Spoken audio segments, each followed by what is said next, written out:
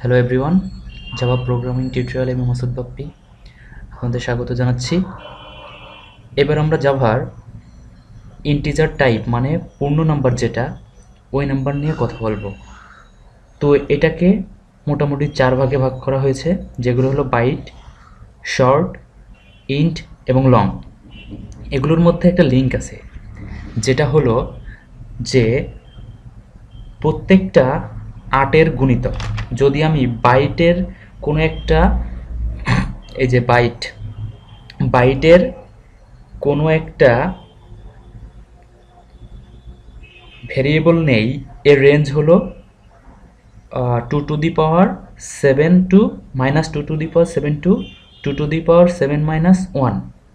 So এখানে 7 use করা হচ্ছে। এর কারণ হলো প্রথম যে বিট, এটা হলো প্যারিটি বিট, যেটা নির্ধারণ করে নাম্বারটা প্লাস হবে না মাইনাস হবে। এটার জন্য প্রথম বিটটা রিজার্ভ রাখা হয়। তার মানে 8 বিটের মধ্যে প্রথম বিটটাকে যদি প্যারিটি বিট হিসেবে রেখে দেই, বাকি যে বিটগুলো থাকবে ওই বিটগুলো হলো নাম্বার তৈরি করার বিট। তাহলে আমরা একটা প্রোগ্রামে একটা বাইট ভেরিয়েবলের মধ্যে একটা ভ্যালু রেখে দেখি যে কি হয় আসলে। সো নেটবিনস ওপেন করলাম, আপনারা একটা ক্লাস ক্রিয়েট করে নেবেন। সো আমরা এখানে একটা বাইট বি ভেরিয়েবলের ভিতরে লাইক আমরা দেখেন -1 2 3 4 দেখেন এই যে এরর দেখাচ্ছে যে ও 1234 -1200 এই ভ্যালুটা রাখতে দিচ্ছে না, কারণ ওর রেঞ্জের ভিতরে নাই। তো দেখি আমরা 1000, হ্যাঁ এটা রাখতে দিচ্ছে। তারপরে যদি আমরা এটাকে আরও বাড়াই 28, হ্যাঁ রাখতে দিচ্ছে। যদি 9 করি, এটা রাখতে দিচ্ছে না। তাহলে -1 to 8, আর যদি প্লাসের দিকে যাই এটা রাখতে দিচ্ছে না। 27 এটা রাখতে দিচ্ছে, এটা দিচ্ছে না 20। তার মানে রেঞ্জটা হচ্ছে বাইটের রেঞ্জটা হচ্ছে -1 to 8 to 1 to 7। সো এটা মোটামুটি বাইটের রেঞ্জ। আর আমরা দেখলাম যে এই যে এখানে দেখতে পাচ্ছেন বাইটের জন্য 8 বিট, শর্টের জন্য 16 বিট, ইন্টের জন্য 32 বিট, লংয়ের জন্য 64 বিট। সো সবগুলো কিন্তু 8-এর গুণিতক। লাইক বাইট যেটা, শর্ট হচ্ছে বাইটের দ্বিগুণ, ইন্ট হচ্ছে শর্টের দ্বিগুণ, আবার লং হচ্ছে ইন্টের দ্বিগুণ। সো এভাবে সবগুলোকে আমরা বলতেছি 8-এর গুণিতক।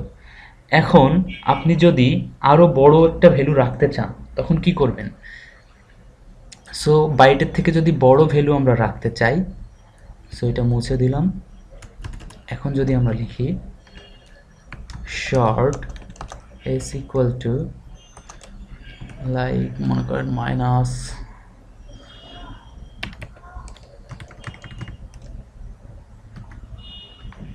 সো এটা রাখতে দিচ্ছে না, এটাও দিচ্ছে না, এটাও দিচ্ছে না। সো 32,000-এর বা সামথিং 32,000 এক্স্যাক্ট ইয়েটা আমার মনে নাই, মনে হয় এটা 32,768। এটা হচ্ছে আর কি রেঞ্জ শর্টের। তো রেঞ্জগুলো আপনারা দেখে নেবেন, একটু গুগল করলেই দেখবেন যে বাইটের রেঞ্জ কত, শর্টের রেঞ্জ কত, ইন্টিজারের রেঞ্জ কত, লংয়ের জন্য রেঞ্জ কত। তো ব্যাপারটা হচ্ছে দেখেন এখানে 32, এটা হলো 65 এর অর্ধেক। ওকে, কারণ একটা বিট কিন্তু চলে গেছে প্যারিটির জন্য। আপনি এখানে দেখতে পাচ্ছেন 32 বিটের ভ্যালু। খেয়াল করুন, আমরা এর আগেও কিন্তু এর আগের টিউটোরিয়ালে আমরা 16 বিটের কিছু একটা নিয়ে কাজ করেছিলাম, যেটা ছিল আমাদের কি ক্যারেক্টার। বাট ক্যারেক্টারের জন্য কোনো সাইন বিট ছিল না, যার ফলে পুরো নাম্বারটাই আমরা দেখতে পাচ্ছিলাম যে 2^16 রে করলে মেবি 65,000 সামথিং হয়। সেই পুরা বিটটা নাম্বারটা আমরা ক্যারেক্টারের ক্ষেত্রে ইউজ করতে পারছিলাম, বাট এখানে আমরা যেহেতু একটা বিট কিসে যাচ্ছে, প্যারিটি বিট হিসেবে যাচ্ছে। ওকে, সো এখানে একটা বিট আসলে বাদ কেন, কারণ সাইন যে বিটটা প্যারিটি বিট ওইটা হচ্ছে প্লাস হবে কি না মাইনাস হবে সেটা নির্ধারণ করে। ওকে, সো শর্ট ভেরিয়েবল জাভাতে খুব কম ইউজ করা হয়, এটা সবচেয়ে বেশি ইউজ করা হয় হচ্ছে জাভাতে সব থেকে বেশি ইউজ করা হয় মূলত ইন্টিজার। সো ইন্টিজার হলো 32 বিট, যার মানে হচ্ছে 4 বাইট। তো ইন্টিজারের জন্য মেমোরিতে 4 বাইট জায়গা নিয়ে কাজ করে, যেটা খুবই আসলে কম জায়গা। এখনকার মেমোরি তো গিগাবাইট টেরাবাইট, ঠিক না? তো চলুন আমরা ইন্টিজারের একটা ভেরিয়েবল নিয়ে কাজ করি। সো লাইক ইন্টিজার, আপনি আই ইকুয়াল টু, আপনি ধরে নেন যে দিলেন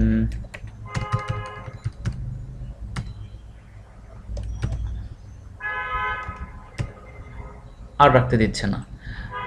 সো আপনারা এইভাবে দেখবেন যে মোটামুটি এরকম রেঞ্জের ভিতরে দিবেন, তো এরপরে 0 দিলে আর রাখতে দিচ্ছে না, তার মানে মোটামুটি এই পর্যন্ত হচ্ছে ইন্টিজারের রেঞ্জ।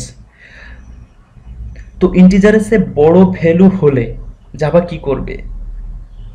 সো জাভাতে আরও একটা ভেরিয়েবল আছে যেটা ইন্টিজারের থেকে বড়, সেটা হলো লং। সো এখন আমরা তাইলে যদি লং ভেরিয়েবলটা নেই তাহলে কি হবে দেখেন। So long equal to minus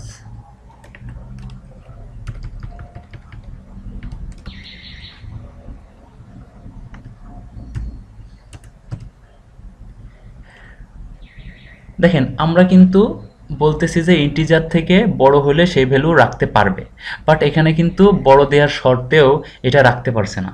তাহলে এর রিজনটা হলো বাই ডিফল্ট জাভার মধ্যে বলা আছে তুমি যে কোনো নাম্বার লিখলে এটা ইন্টিজার হিসেবে ট্রিট করবে। সাপোজ আপনি নিলেন 1 to 4, সে কিন্তু এটা ইন্টিজার হিসেবে নেবে, যদিও 1 to 4 একটা বাইট। তার মানে জাভার মধ্যে কমন একটা ফ্যাক্ট হলো যে কোনো নাম্বার লিখলেও সে ধরে নেয় এটা একটা ইন্টিজার। এখন আমরা এই সমস্যাটা দূর করার জন্য আমরা এই যে এখানে দেখেছিলাম, আমাদের স্লাইডে যাই যদি, যে আমাদের একটা সাফিক্স এল অথবা বড় হাতের এল অথবা ছোট হাতের এল দিয়ে দিলে ও এক্স্যাক্ট বুঝে যাবে যে এটা আসলে একটা লং ভেরিয়েবল। সো এখানে যদি আমরা এল দিয়ে দিই অর ক্যাপিটাল এল, যা কিছুই দেন না কেন, এবার আপনি দেন, দেখেন রেঞ্জটা দেখেন, এখন কিন্তু কোনো এরর দেখাচ্ছে না, দেখেন এরর দেখাচ্ছে না,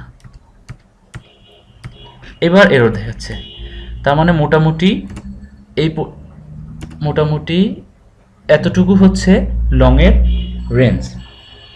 সো এই ছিল মোটামুটি আর কি আপনার ইন্টিগ্রাল নাম্বারের বিষয়গুলা। সো এখন যদি আমরা আসি, এতক্ষণ পর্যন্ত আমরা জাস্ট পিওর নাম্বার নিয়ে আলোচনা করলাম, ঠিক না? সো এখন আমরা ফ্র্যাকশনাল নাম্বার নিয়ে কথা বলবো। ওকে, সো ফ্র্যাকশনাল নাম্বার বলতে আমরা মোটামুটি ফ্লোয়েট এবং ডাবলকে বোঝাচ্ছি। ওকে, সো ফ্লোয়েটের জন্য 32 বিট আর ডাবলের জন্য হচ্ছে 64 বিট। তো সেম অ্যাজ এখানেও আমরা ওখানে দেখেছিলাম যে সব কিছুই ইন্টিগ্রালের জন্য ইন্টিজার হিসেবে দেখে, তেমনি ফ্লোটিং পয়েন্টের ক্ষেত্রেও জাভা সব কিছু ডাবল হিসেবে দেখে। সো আমরা একটু দেখি যে উদাহরণস্বরূপ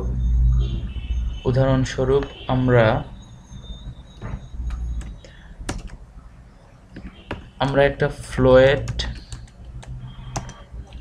ফার্স্ট আমরা একটা ডাবল ভ্যালু নিই, ডাবল ডি ইকুয়াল টু 4.5563। ওকে, এখানে কোনো এরর পাচ্ছে না, কারণ বাই ডিফল্ট জাভা সব কিছু ডাবল, সব ফ্লোটিং পয়েন্টের ক্ষেত্রে ডাবল ধরে নেয়। এখন যদি আপনি ফ্লোয়েড এফ ইকুয়াল টু 4.3223। দেখেন এরর দিচ্ছে। কেন এরর দিচ্ছে? কারণ অবভিয়াস বলাই আছে জাভাতে যে বাই ডিফল্ট জাভার ফ্লোটিং পয়েন্টের ক্ষেত্রে সবই ডাবল ভ্যালু। তো আমাদের কি করতে হবে, এখানে আমরা একটা এফ অথবা ক্যাপিটাল এফ অথবা ছোট হাতের এফ দিলে এটাকে কাস্টিং হয়ে গেল। সো ও এখন এটা বুঝে নিবে যে এটা একটা ফ্লোয়েড ভ্যালু। সো এই পর্যন্ত আমরা যে 8 রকমের ডাটা টাইপ দেখলাম সবগুলোই প্রিমিটিভ। এর ভিতরে আমরা কিন্তু স্ট্রিংও দেখেছিলাম, যেগুলো আসলে রেফারেন্স ভেরিয়েবল হিসেবে কাজ করে। তো মূলত দুই ধরনের ডাটা টাইপ, যেগুলো হচ্ছে প্রিমিটিভ আর নন প্রিমিটিভ। তো স্ট্রিং অ্যারে এগুলোকে নন প্রিমিটিভ বলা হয়, আর প্রিমিটিভ হচ্ছে যে আট রকমের ডাটা টাইপ আমরা নিয়ে আলোচনা করলাম। সো নেক্সট হচ্ছে আমরা কিভাবে নেক্সট আরেকটা টপিকস আছে যে কিভাবে ভ্যারিয়েবল ডিক্লেয়ার করবেন, কিভাবে অ্যাসাইনমেন্ট করবেন। তো এইভাবে আসলে এই যে আমরা সাপোজ এখানে লিখতে পারি যে আমরা যদি ডিক্লেয়ার করে আসি ইন্ট এক্স কমা ওয়াই, এটাকে ডিক্লেয়ার বলে। আর অ্যাসাইন করার অর্থ হলো ইন্ট সাপোজ এই জেড ভেরিয়েবলের ভিতরে আপনি কোনো একটা ভ্যালু রাখলেন। সো এখানে ডিক্লিয়ারেশন এবং অ্যাসাইন দুইটাই হয়েছে। সো আজকে আপাতত এই পর্যন্ত। নেক্সট টিউটোরিয়ালে আমরা অবজেক্ট ওরিয়েন্টেডের ক্যারেক্টারিস্টিক সম্পর্কে আলোচনা করার চেষ্টা করব, লাইক ক্লাস কি, অবজেক্ট কি। সো সেই পর্যন্ত সবাই ভালো থাকবেন। আল্লাহ হাফেজ।